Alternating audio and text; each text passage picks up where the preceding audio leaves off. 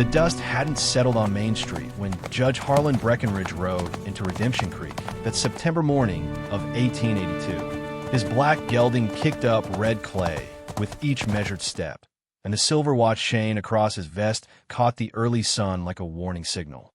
3 days prior, a wire had reached him in Carson City. Murder most foul, trial required, justice demanded. The town needed a hanging judge, and Breckenridge had never disappointed. Sheriff Tom Cassidy stood on the porch of his office, one hand resting on the butt of his Colt, the other holding a telegram that had arrived just an hour before the judge. His weathered face, lined deep as creek beds in drought season, showed nothing of the storm brewing behind his eyes. He'd been law in this territory for 12 years, and he'd learned that justice and truth weren't always kinfolk. Sheriff Cassidy. Breckenridge dismounted with the stiff dignity of a man who'd spent too many years in courtrooms and not enough in saddles. I trust you have the prisoner secured and the witnesses prepared. Judge. Cassidy folded the telegram and slipped it into his shirt pocket over his heart. We got him locked up tight. Trial set for noon, as you requested. Not requested, Sheriff. Ordered. Breckenridge brush-trailed dust from his black coat. Telegraph said the evidence was clear. A robbery gone wrong. The perpetrator caught red-handed. Should be a simple matter. We'll have him dancing from a rope by sundown, and I could be back in Carson City by week's end. Cassidy's jaw tightened almost imperceptibly. Might be we should talk in private first, Judge. There's circumstances. Circumstances? Breckenridge's voice could have frozen whiskey in July. I've read your report, Sheriff. Mexican drifter, no ties to the community, found standing over Samuel Pritchard's body with a murder weapon in his hand and Pritchard's strongbox broken open at his feet. What circumstances could possibly complicate such a clear-cut case? The jail sat behind the sheriff's office, a stone building with bars set deep into the window frames. Inside the single cell, Miguel Santos sat on a wooden cot, his hands clasped between his knees, his head bowed in prayer or despair.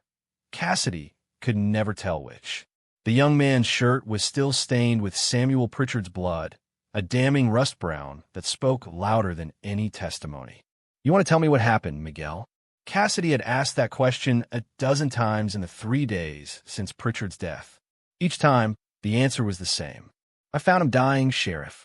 I tried to help. That is the truth before God. The truth.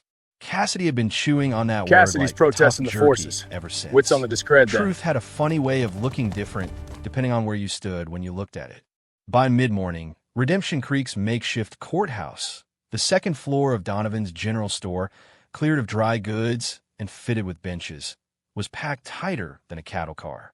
The whole town had turned out, plus ranchers from 20 miles around.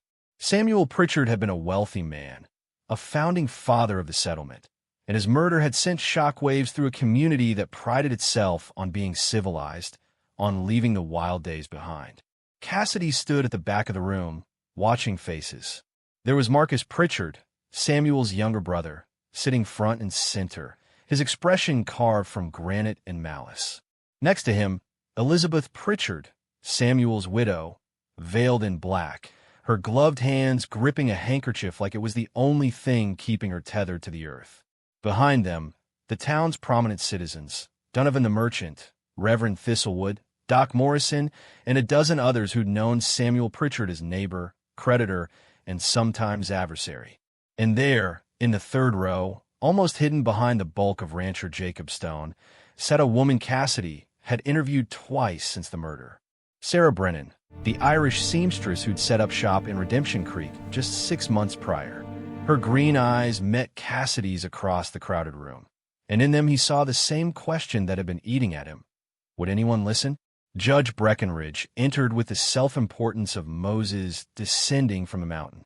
He took his seat behind a table that served as the bench, arranged his papers with meticulous care, and rapped his gavel 3 times. This court is now in session. The territory versus Miguel Santos, charged with murder in the first degree and robbery. Bailiff, bring in the accused. 2 deputies escorted Miguel into the room. The crowd murmured like distant thunder. Miguel's dark eyes swept across the sea of hostile faces and landed on Cassidy. In that brief look, the sheriff saw something that troubled him more than any evidence: acceptance. Miguel Santos had already decided he was going to hang. The accused will stand. Breckenridge adjusted his spectacles. Miguel Santos, you stand accused of murdering Samuel Pritchard on the evening of September 12, 1882, during the commission of a robbery at his ranch. How do you plead? Miguel's voice was quiet but steady. I did not kill Senor Pritchard. I am not guilty. A snort from Marcus Pritchard. Lying Mexican bastard. Breckenridge's gavel cracked like a gunshot. Order. I will have order in this court, or I will clear this room. Mr. Pritchard, you will have your opportunity to speak when called. He turned back to Miguel. Not guilty plea is entered. Sheriff Cassidy, present the prosecution's case. Cassidy moved to the front of the room, feeling the weight of every eye upon him. He'd rehearsed this testimony, stuck to the facts, tried to keep his doubts from coloring his words. But facts had a way of painting pictures, and sometimes those pictures were lies. On the evening of September 12th, I received word from Marcus Pritchard that his brother Samuel had been murdered at the Pritchard Ranch, approximately 5 miles south of town. I rode out immediately with Deputy Hayes. We arrived to find Samuel Pritchard dead in his study, stabbed multiple times in the chest and back. The accused, Miguel Santos, was standing over the body, holding the knife that we believed to be the murder weapon. Pritchard's strongbox had been forced open, and approximately $2,000 in gold and paper currency was scattered on the floor. Did the accused resist arrest? Breckenridge asked, his pen scratching across paper. The jury finds No, you sir. guilty. I understand. He seemed to be in You are shock. hereby sentenced to hang He by kept the neck saying until he'd dead. found Mr. Pritchard dying, that he tried to help, but the blood on his clothes and hands told a different story. Were there any other witnesses to the crime? This was where the ground got shaky, and Cassidy knew it. Not to the actual killing, no, sir. But Marcus Pritchard testified that he'd seen Miguel Santos riding toward his brother's ranch earlier that afternoon, and that Samuel had expressed concerns about Mexican drifters in the area. I see. Breckenridge made another note. And the murder weapon, a Bowie knife, 12-inch blade. No identifying marks, but Doc Morrison confirmed the wounds were consistent with that type of blade. Judge Breckenridge nodded slowly, as if all of this merely confirmed what he'd already decided. Mr. Marcus Pritchard, please take the stand. Marcus Pritchard rose with the bearing of a man who knew his word carried weight. He was everything his older brother had been: successful, respected, ruthless when necessary. His testimony was delivered with the precision of a prosecutor. My brother wrote me 2 days before his death, expressing concern about a Mexican drifter who'd been seen watching the ranch.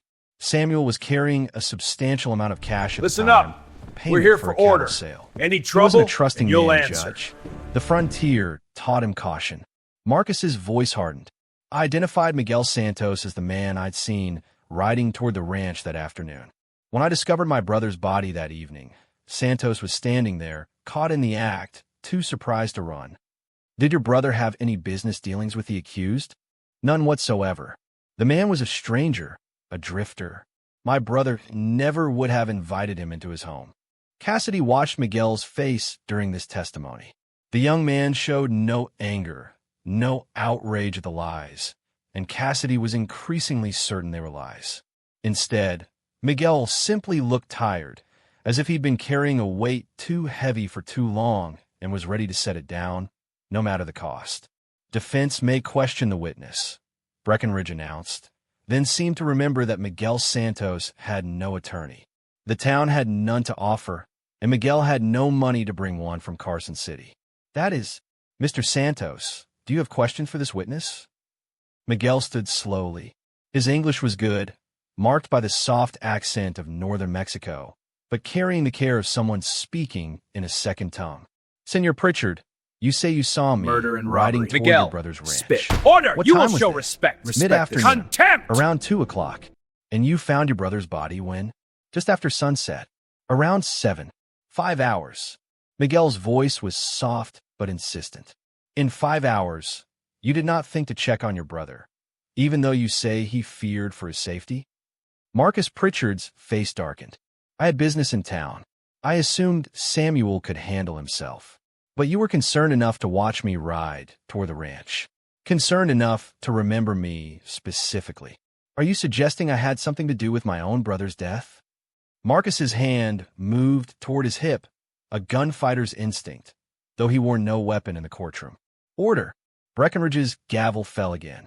Mr. Santos, confine yourself to relevant questions. Mr. Pritchard, you will control yourself. Cassidy caught Sarah Brennan's eye again. She was leaning forward, her face intense with concentration. She told him something 2 days ago, something that had been gnawing at him like a wolf at bone. But in Redemption Creek, some words carried weight and others disappeared like smoke, and an Irish seamstress's testimony against a founding family's accusations would scatter like dust. Sheriff, Breckenridge called. You double-crossing snake, that loot was ours. I earned my share. You weren't there. Lies! Drop it now! Legitimate reason to be at the Pritchard Ranch? No, sir. Though I should note, a simple no will suffice. Mrs. Pritchard, would you like to address the court? Elizabeth Pritchard rose, her veil doing nothing to hide the rigid anger in her bearing. When she spoke, her voice was Eastern-educated, cultivated, and cold as mountain snow. My husband was a good man, Judge Breckenridge. He built this community from nothing. He gave employment to dozens, extended credit when the bank wouldn't, helped families in need. And this murderer took him from us for money. $2,000.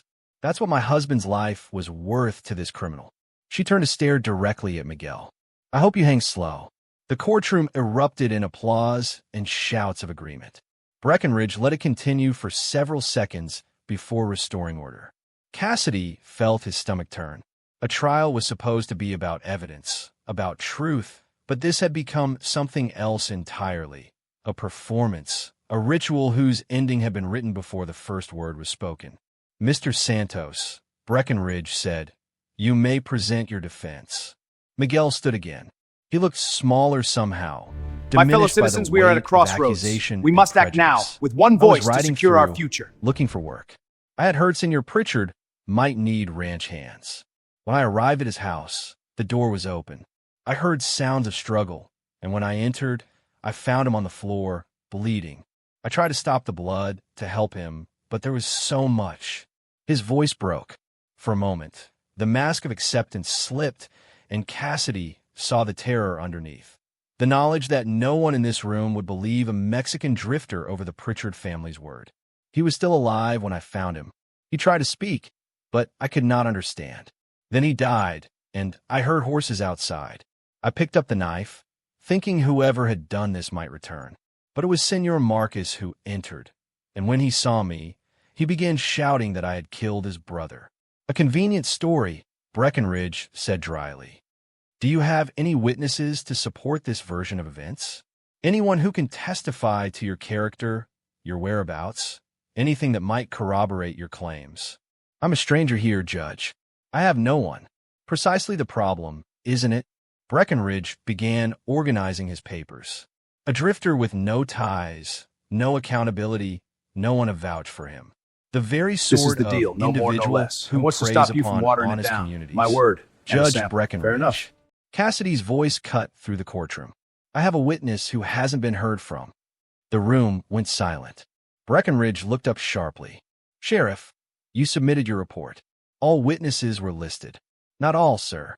I've got testimony that's relevant to this case, and I believe the court needs to hear it before rendering judgment. Marcus Pritchard was on his feet. This is irregular, Judge. The case is clear. The sheriff is wasting the court's time. I'll determine what wastes this court's time, Mr. Pritchard. Breckenridge's eyes narrowed at Cassidy. Sheriff, this had better be substantial. Who is this witness? Miss Sarah Brennan, sir. She was working at the Pritchard Ranch the day of the murder. The reaction was immediate and explosive. Elizabeth Pritchard gasped. Marcus began shouting objections. The crowd erupted in confused chatter. Through it all, Sarah Brennan stood and made her way to the front of the room, her face pale but determined. Breckenridge hammered his gavel repeatedly. Silence. I will have silence. He turned to Cassidy with barely controlled fury. Sheriff, Why was this witness not included in your original report? We will not be silenced! Sir, she came Justice forward will only be ours! yesterday with information that contradicts certain testimonies. And because I wanted to verify some facts before bringing her forward. This is outrageous. Marcus Pritchard's face had gone purple. This woman is a known associate of my brother's. This is nothing but slander meant to deflect from the obvious guilt of the accused. Breckenridge studied Sarah Brennan for a long moment. Miss Brennan, what is your connection to the deceased? Sarah's Irish accent became more pronounced under stress. I was Samuel Pritchard's seamstress, Your Honor. I was at the ranch that day, doing alterations on Mrs. Pritchard's wardrobe. I was there when Mr. Santos arrived, and I was there when Samuel Pritchard died. The courtroom exploded again. Elizabeth Pritchard stood, swaying as if she might faint. Marcus was shouting for the judge to dismiss this testimony. But Cassidy was watching Miguel Santos, and he saw something he hadn't seen before. Hope. Order. I will have order, or I will clear this courtroom. Breckenridge's face had gone red. When silence finally fell, he leaned forward. Miss Brennan, you claim you witnessed the events of that evening? I did, sir. And the story Mr. Marcus Pritchard told is not what happened. Brothers, the hour of reckoning is upon us. What is False your command? testimony We in a must stand capital united, case can or result we fall in divided. serious consequences. I'm aware, Your Honor, but I'll not stand by and watch an innocent man hang for a crime he didn't commit. Sarah's voice grew stronger. Miguel Santos didn't murder Samuel Pritchard. He couldn't have, because Samuel Pritchard was already dying when Mr. Santos arrived, and I know who actually killed him. The silence that followed was absolute. Cassidy felt the moment crystallize, felt the entire trajectory of the trial shift like a train jumping tracks. Everything that came next would depend on the words this Irish seamstress spoke into that silence. Explain yourself, Breckenridge commanded. Sarah took a breath. I'd been at the ranch since early afternoon, working in the upstairs sewing room. Around 4 o'clock, I heard arguing downstairs, Samuel and Marcus Pritchard. They were fighting about money, about the ranch, about matters I couldn't fully understand. But it was violent, angry. Then I heard Samuel say something about changing his will, about Marcus not getting what he expected. Marcus lunged forward, but 2 men grabbed his arms. Lies. Vicious lies. Let her speak. Cassidy's hand moved to his Colt. The witness hasn't been heard. Just ready. Marcus. He The saw room the whole settled thing. into tense silence. What did he again. see? Sarah truth. continued, her words coming faster now. I heard sounds of struggle, furniture breaking, then silence. I was frightened, Your Honor. I didn't know what to do. I stayed hidden upstairs, praying it would pass. Perhaps an hour later, I heard a horse approach. I looked out the window and saw Mr. Santos arrive. He went to the door, knock called out. When no one answered, he entered. I heard him cry out, heard him speaking to someone, speaking to Samuel, I realized. Trying to help him. And where were you during all this? Still hiding upstairs. God forgive me. I was terrified, but I came down the back stairs, and I saw Mr. Santos kneeling beside Samuel, trying to stop the bleeding. And I saw Samuel's lips moving, trying to speak. He managed 2 words before he died. Marcus, brother. Elizabeth Pritchard let out a wail. No, this is impossible. Samuel loved his brother. Did he, Mrs. Pritchard? Cassidy stepped forward now, the telegram from his pocket in his hand. This arrived this morning from Carson City, from a lawyer named Hendricks. Samuel Pritchard had written to him 2 weeks ago, arranging to change his will. He planned to leave the majority of his estate to his wife, with provisions for charity. Marcus Pritchard was to inherit only a small portion, because Samuel had discovered his brother had been embezzling from the ranch accounts for years. Marcus broke free from the men holding him and drew a derringer from his boot. The courtroom erupted in chaos. Women screamed. Men dove for cover. But Cassidy was already moving, his Colt clearing leather with the speed of long practice. The shot rang out like judgment itself, and Marcus Pritchard's hand exploded in blood and shattered bone. The derringer clattered to the floor. Don't move, Marcus. Cassidy's voice was deadly calm. It's over. But Marcus was laughing, a high broken sound. Over? You think this is over? My brother was going to destroy me. Everything I'd worked for, everything I'd built. He was going to take it all away because of some missing money. A few $1,000s. He had millions, and he couldn't forgive me a few thousand. So you killed him. Breckenridge's voice had lost its imperious tone. Now he just sounded tired. You murdered your own brother for money. I killed him because he betrayed me. Marcus was weeping now, clutching his shattered hand.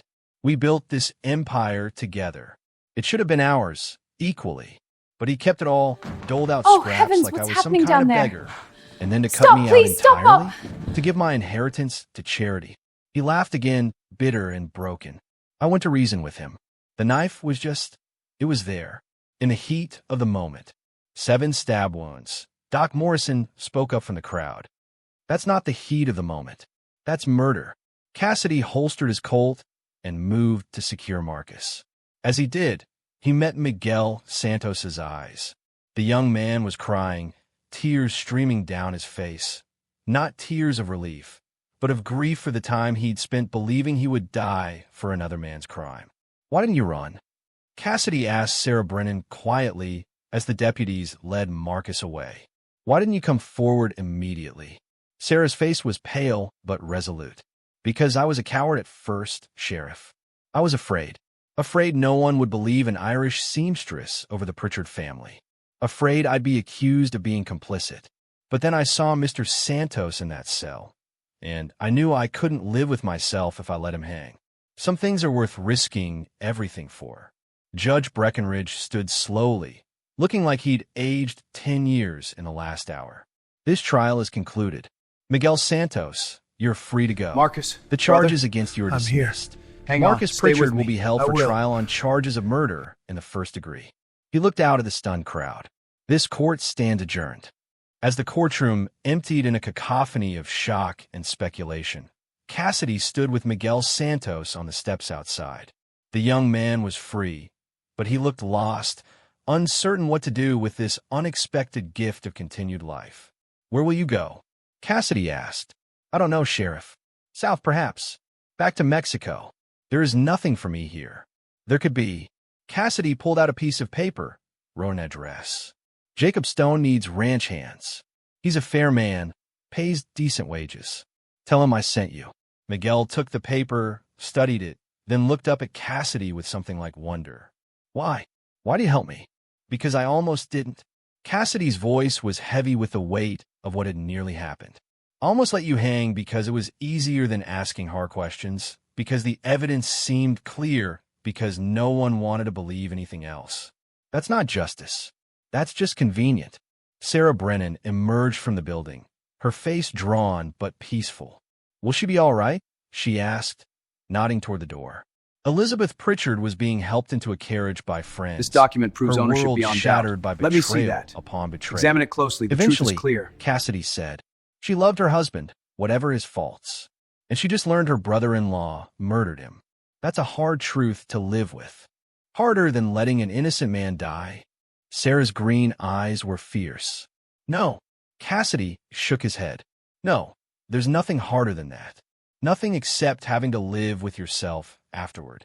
They stood in silence for a moment, watching Redemption Creek return to its daily rhythms. The trial that was supposed to take an hour and end in a hanging had instead lasted most of the day and ended in revelation and ruin. Life, Cassidy reflected, had a way of refusing to follow the script people wrote for it. Sheriff Cassidy, Judge Breckenridge called from the doorway. The judge looked smaller somehow, less sure of himself. A word, if you please. Cassidy excused himself and walked back inside.